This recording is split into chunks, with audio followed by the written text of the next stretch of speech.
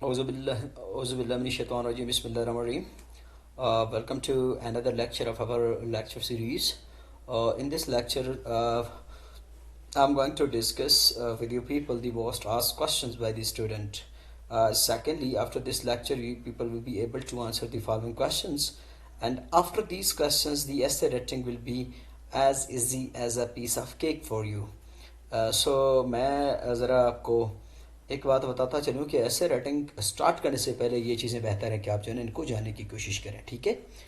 अच्छा जी, बहुत सारे स्टूडेंट्स का ये क्वेश्चन है कि ऐसे राइटिंग इम्पॉसिबल है। क्यों जी इम्पॉसिबल है? वाई? क्योंकि एक्चुअली वो अभी तक उस लेवल तक पहुँचे ही नहीं हैं कि वो ऐसे को क्या करें जी, राइट करें। जिस स्टूडेंट को भी पूछे वो क्लास में आता है सबसे पहले ये कहता है, हम कहते हैं ऐसे, कहते हैं इम्पॉसिबल। सॉरी, इम्पॉसिबल का वर्स आपने काटना है। क्यों जी? क्योंकि जो ना with the help of Allah and your wisdom I will make it possible, I will make it happen. मैं ये पॉसिबल बनाऊंगा आप लोग के लिए, दैट्स प्रॉमिस। अगर आप जो 17, 18 या 19, 20 लेक्चर्स होंगे मेरे आपके इंग्लिश ऐसे राइटिंग के, आप ज़रा इनको जो है ना देख लें, इनको सुन लें और अपने नोट्स बना लें। उसी तरीके से आपने जो है इनको फॉलो करना है। ऐसे writing will be possible for you, इसमें कोई इशू नहीं है। सो फर्स्ट क्वेश्चन ये था कि इम्पॉसिबल को हमने क्या बनाना जी, पॉसिबल बनाना है। सो ऐसे राइटिंग इज पॉसिबल। दूसरा बेटे कहते हैं मोस्ट ऑफ द स्टूडेंट जब हमारे क्लास में आते हैं तो सबसे पहला रट यही लगाते हैं कि जी sir you are right, 100% right, but we are sorry.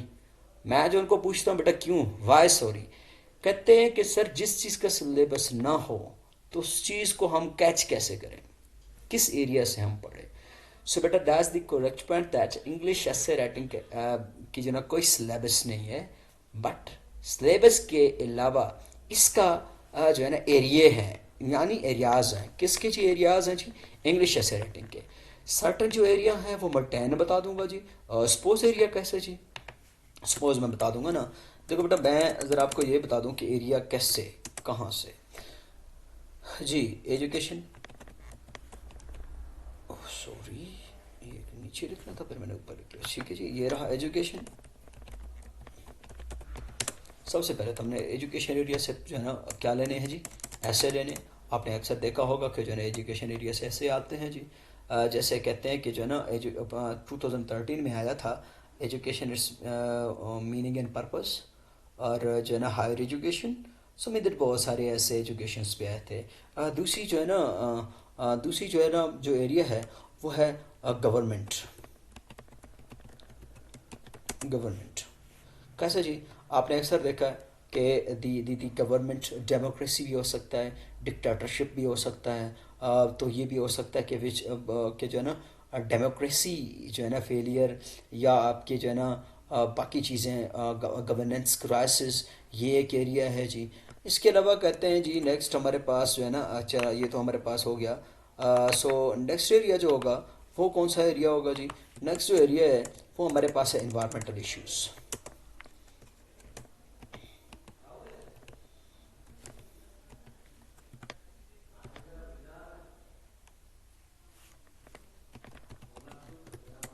Oh, sorry. There's a problem. Sorry, sorry, sorry, sorry. Sorry sorry, ये पेज थोड़ा सा काम नहीं कर रहा। इन्वायरमेंटल इश्यूज जी, इन्वायरमेंटल इश्यूज क्या हो सकते हैं जी। सपोज जी आपका नेचुरल डिज़ास्टर में से अर्थक्वेक हो गया। इसके अलावा जो है ना आपके क्या कहते हैं इसको, ग्लोबल वार्मिंग हो गया। इसके अलावा आपके जो है ना क्या कहते हैं इंक्रीजिंग पॉपुलेशन हो गया। इसके अलावा आपके वाटर क्राइसिस हो गया। सो बहुत सारे ऐसे इश्यूज हैं जो इन्वायरमेंट से रिलेटेड है, हम इनको पढ़ेंगे। सो उसमें जो है ना गवर्नमेंट में पॉलिटिकल प्रॉब्लम्स भी आ सकते हैं, फेलियर ऑफ पॉलिटिकल सिस्टम, और सो बहुत सारे हमारे पास ऐसे आ सकते हैं जिनको हम लिख लेंगे, जिनको हम लिख लेंगे किस लिए जी, as a area. So mean that most मैं जो है ना 10 एरिया। अच्छा इसके अलावा बेटा नेक्स्ट नेक्स्ट जो हमारे हैं वो है करंट इश्यूज़। करंट इश्यूज़, तो करंट इश्यूज़ बहुत सारे हैं जी। कैसे जी, आपने अक्सर देखा कि जो है ना एक ऐसे आता है आपके सी पैक पे आता है, एक ऐसे आपका आता है कि जो है ना आपके क्या कहते हैं इसको जो रिलेशंस हैं उन पे ऐसे आते हैं। सो मैंने बहुत सारे ऐसे ऐसे हैं जो मोस्ट ऑफ ऑल मैं आपको 10 एरिया बता दूंगा। एजुकेशन पे हम 3-4 ऐसे करेंगे, गवर्नमेंट पे 5-6 ऐसे करेंगे, इन्वायरमेंट पे 3 ऐसे करेंगे, करंट इशूज से 10 ऐसे करेंगे। Means that these are the things, these syllabus इसका जो है ना ये है। ठीक है जी, सिलेबस इसका यही है, ये सिलेबस है। अच्छा बेटा देखो जी, अभी अब हम कह सकते हैं कि जो है ना नेक्स्ट सोसाइटी के हवाले से ऐसे आते हैं जी। सोसाइटी के कैसे जी, सोसाइटी के कंपोजिशन क्या है जी। सपोज हम बताते हैं पावर्टी। ठीक है जी, पावर्टी पे ऐसे आ सकता है जी। जैसे कैसे आ गया था कि poverty is major hurdle in way of progress in Pakistan. सो ये ऐसे किस चीज़ के लिए जी, पाकिस्तानी सोसाइटी पे जो है ना ऐसे था जिसको हम लोगों ने कंप्लीट किया था, जिसको हम लोगों ने लिखा था। ठीक है जी। सो मीन्स दैट 10 एरिया मैं डिस्कस करूँगा जहाँ पे आपके ऐसे जो है ना वो इंक्रीज़ होते जाएंगे, और इंशाल्लाह जो है ना एक दिन ऐसा भी आएगा कि आप बहुत सारे ऐसे लिख सकोगे। अच्छा जी, इसके अलावा सेकंड पॉइंट है हमारा कि जो है ना स्टूडेंट्स मोस्ट ऑफ होते हैं पूछते हैं कि हम ऐसे लिख नहीं सकते, वाह यार क्यों लिख नहीं सकते, व्हाट इज़ द प्रॉब्लम। तो वो बेचारे बताते हैं कि sir we don't have expressions, हमारे पास एक्सप्रेशंस नहीं है। तो एक्चुअली वो एक्सप्रेशन को क्या समझते हैं जी। स्टूडेंट्स के नज़दीक एक्सप्रेशन है ग्रामर, वोकाबलरी,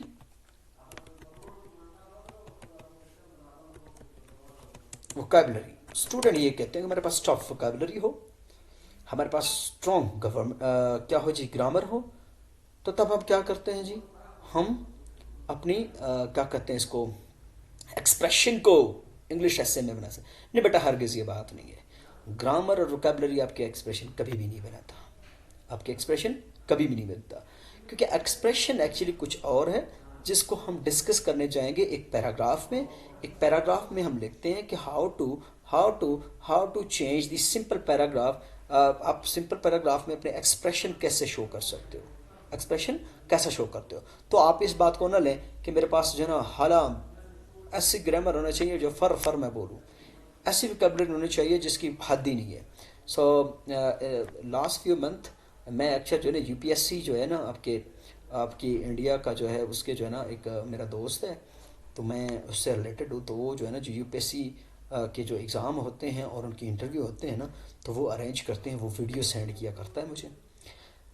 तो एक लड़का था, वो एक्चुअली आ गया आपके यूपीएससी, उसने पास किया जी, यूपीएससी ने पास किए, जो इस इंटरव्यू में आ गया। तो इंटरव्यू में तो उस बच्चे ने क्या कहा जी, उस बच्चे ने ये कहा कि भाई इंटरव्यू था, तो जो व्यूवर्स थे इसने इंट्रोडक्शन करने के बाद उनसे इनसे पूछा कि बेटा आपकी तो माशाल्लाह इतने अच्छे मार्क्स आए हैं आपके रिटर्न में, तो आपने फर्स्ट में फॉरेन सर्विसेज क्यों क्यों नहीं लिखा, जो आपने जो है ना पुलिस रखा है।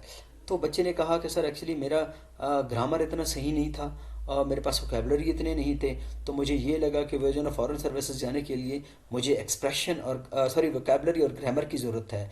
तो उसने कहा कि इतना अच्छा तो आपने लिखा है, तो फिर आपको क्या ज़रूरत थी कि जो है ना आपने वो नहीं रखा। कहता है सर उस लेवल की वोकेबलरी और ग्रामर मेरे पास है नहीं। तो फिर उसने समझाया है कि भाई एक्चुअली आपकी पेपर में वोकेबलरी और ग्रामर की ज़रूरत नहीं होता, एक्सप्रेशन की ज़रूरत होता है। एक्सप्रेशन कोई और तरीके से बयान करते हैं, वोकेबलरी और ग्रामर से नहीं करते, ग्रामर से नहीं करते। अच्छा बेटा नेक्स्ट है issue of vocabulary. Most of student ये कहते हैं कि हमारे पास इशू ऑफ वोकेबलरी है, हमारे पास वोकेबलरी नहीं है, हम लिख नहीं सकते हैं। लेकिन मैं एक बात बता देता हूँ, कहते हैं कि all bad workmen always blame his tool. जितने भी नकारा आदमी ज़िंदगी में होते हैं ना, वो अपने आप पे गिला करते रहते हैं कि भाई हम कुछ नहीं कर सकते। ओ भाई खुदा को मानो, वोकैबलरी आपके पास हो बट दिस दैट्स का दी एक्टिव वोकैबलरी। एक्टिव वोकैबलरी क्या चीज़ होता है जी, 100 हो 200 हो लेकिन वो लिस्टेड लैंग्वेज में हो।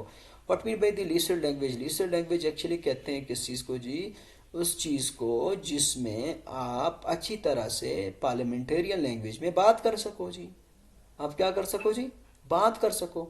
हाउ कैसे बात कर सकें जी, हम इस तरह बात करेंगे कि वो वोकेबलरी हमारे पास एक्टिव हो, हम उसको किसी भी जगह पे यूज़ करें। So that's called the active vocabulary. So active vocabulary के लिए हमें क्या चाहिए जी, इंग्लिश ऐसे के लिए हमें 100 200 जो अच्छे वोकेबलरी हैं, जो इंग्लिश ऐसे में हमारे काम आ जाएं, जो अच्छे टर्म्स हैं, हम उनको यूज़ करेंगे। हमारे पास 5,000 6,000 वोकेबलरी की ज़रूरत ही नहीं है हमें। फिर कहते हैं कि सर ग्रामर का इशू है जी, grammar issue most of student ये होते हैं, वो कहते हैं कि हमारे पास ग्रामर नहीं है। सो बेटा ग्रामर को मारो गोली, इस तरह करो कि अंडरस्टैंडेबल ग्रामर लिखो, ठीक है जी, जो बात को आप कन्वे कर सको, जो आपकी मैसेज है वो मैसेज को कन्वर्ट कर सको। तो ये होता है एक्चुअली ऐसे राइटिंग में, ये प्रॉब्लम आते हैं लोगों के। फिर मोस्ट ऑफ स्टूडेंट कहते हैं कि सर इंग्लिश ऐसे राइटिंग की लेंथ बहुत बड़ी है, सो वी आर, हम जो है ना कैसे इसको कंप्लीट कर सकें, 3,000 वर्ड, 4,000 वर्ड, 2,050 वर्ड, सो ये नहीं हो सकता। बेटा मैं ये कहता हूँ कि ऐसे राइटिंग, जो प्री ऐसे राइटिंग हम करते हैं, प्री ऐसे राइटिंग में एक चीज़ होता है जिसको कहते हैं फॉर्मेट ऑफ ऐसे। फॉर्मेट ऑफ ऐसे, what I mean by format of ऐसे, मेरा मतलब ये है कि फॉर्मेट ऑफ ऐसे एक ऐसा चीज़ है कि आपको पता है कि आपके हाथ की कितनी उंगलियां हैं जी, 5। तो अभी इन 5 उंगलियों को मैंने अरेंज करना है, मुझे पता है ये सबसे जो है ना लंबा उंगली है, लंबी उंगली है, और इससे छोटा और सबसे छोटा जो है ना इस साइज में है। तो फिर मैं कहता हूँ कि मुझे इसमें कितनी चीज़ें रखनी हैं, जो कि इंट्रोडक्शन है, इसमें मैंने कितनी चीज़ें रखनी है जो कंक्लूजन है, means that number of the paragraph की मैं बात करूँ, अगर ये एक पैराग्राफ है तो उसमें कितने वर्ड्स होनी चाहिए, ये अगर लास्ट पैराग्राफ है कितने वर्ड्स होनी चाहिए, ये अगर एक पैराग्राफ है मीन्स दैट इनको मैं कंक्लूड करके मैं आपको बता दूंगा कि 25 पैराग्राफ एक्चुअली आपके क्या बनाते हैं जी, इंग्लिश एस्से की कंप्लीट लेंथ को बनाते हैं। कंप्लीट लेंथ को आपके इंग्लिश एस्से के कौन बनाते हैं जी, ये आपके क्या नाम है इसका, जो लेंथ ऑफ ऐसे है ये फॉर्मेट से होगा। फॉर्मेट से हमें ये पता चलेगा कि हमने इंग्लिश ऐसे में कितने पैराग्राफ लिखने हैं और कितने पैराग्राफ हमारे इस वर्ड्स को क्लियर करेगा। सपोज बेटा मैं एक छोटा सा मिसाल दे देता हूँ आपको। लेट्स सी, यहाँ पे मैं ज़रा पेंट को ला रहा हूँ यार ज़रा, जी मैं यहाँ पे कहाँ जाऊँ, कहाँ कहाँ, यहाँ पे जस्ट वेट वेट, ठीक है जी, फॉर अ वाइल मैं यहाँ पे आपको लाने जा रहा हूँ एक चीज़। क्या है जी, क्या है, क्या क्या क्या किधर गया, just wait for a while बेटा। ये रहा, चले जी ये नहीं आ रहा है, छोड़े, थोड़ा सा ढूंढ लेते हैं, थोड़ा सा ढूंढ लेते हैं, अगर आ गया तो। हाँ यहाँ पे पेंच लिखते आ जाएगा, ये आ गया जी। लेट्स सी, मैं ज़रा आपको बता दूँ, ठीक है जी। यहाँ पे देखो बेटा, मैं आपको ये बताने जा रहा हूँ कि आपने क्या करना है जी। आपने सबसे पहले फॉर्मेट में ये देखना है चीज़ कि मेरा ये रहा body, sorry introduction, 1 paragraph, body suppose 20 paragraph, conclusion 1 paragraph. लेकिन एक बात आप याद रखें कि यहाँ पे आपने 400 वर्ड्स लिखने हैं, यहाँ पे आप 200 लिखोगे, 600 कवर हो गए बेटा, 600 कवर हो गए, कितने बच गए, आप ज़्यादा से ज़्यादा 1800 लिखोगे ना, यस। तो बॉडी में आपने 20 पैराग्राफ देने, 20 पैराग्राफ से क्या मुराद, आप बॉडी के एक पैराग्राफ में 150 कर दें, 150/20, अंदाज़ा लगाओ बेटा, माशाल्लाह बहुत हो रहे हैं। ओ भाई आप 120 ही ना लिखें, 100 कर दें, 100 कर दें, 26 वर्ड्स आपके हो गए। So mean that before going to essay, अगर आप ऐसे के लेंथ के बारे में सोचोगे, ऐसे का लेंथ चुटकियों में कवर होगा, क्यों जी। लेकिन एक बात है बेटा, यहाँ पे अपने गप्पे नहीं मारने हैं।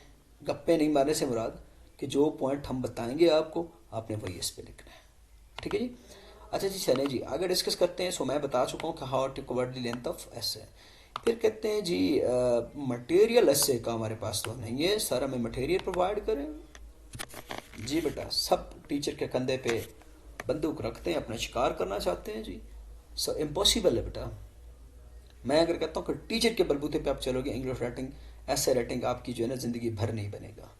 टीचर आपको क्या देगा जी, टीचर आपको बताएगा स्ट्रक्चर, टीचर आपको बताएगा इंट्रोडक्शन, टीचर आपको बताएगा थीसिस स्टेटमेंट, थीसिस आपको, टीचर आपको बताएगा जो है ना आपके क्या कहते हैं इसको, जनरल स्टेटमेंट, टीचर आपको बताएगा आपके जो है ना बॉडी, आपके कनेक्टर्स, राइटिंग का तरीका, ग्रामर कैसे पुट करना है, ऐसे में क्या चीज़ होना है, क्या चीज़ नहीं होना है, नरेटिव ऐसे कैसे करना है, बाकी चीज़ें कैसे करना है। लेकिन एक चीज़ जो आपने करना है वो है रीडिंग। जिस बच्चे के अंदर रीडिंग की आदत नहीं है, ऐसे उसके लिए नल है, वो ऐसे नहीं लिख सकता। क्यों जी, जब तक आपके अंदर मटेरियल रीडिंग के थ्रू से ना आए, सो आप नहीं कर सकते।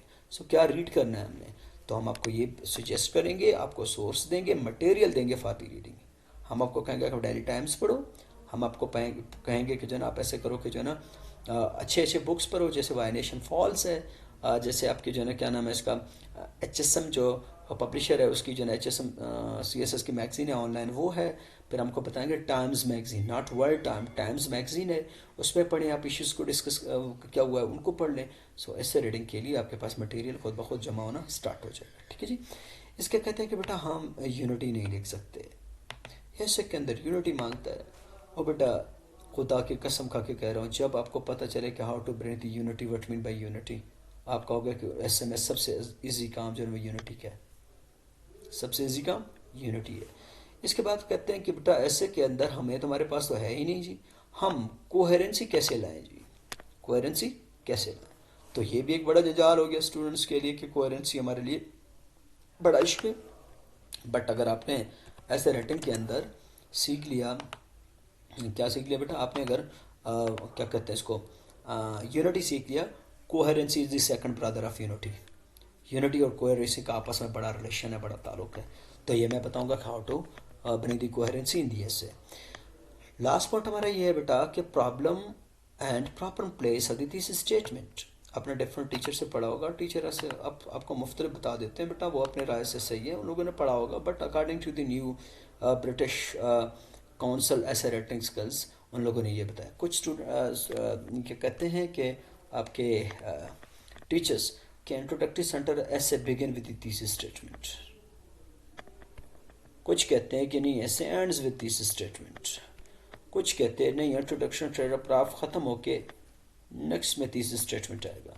Means that I am going to discuss that the proper place of the thesis statement, कि क्या थीसिस स्टेटमेंट से ऐसे स्टार्ट हो सकता है, तो what mean by the topic sentence.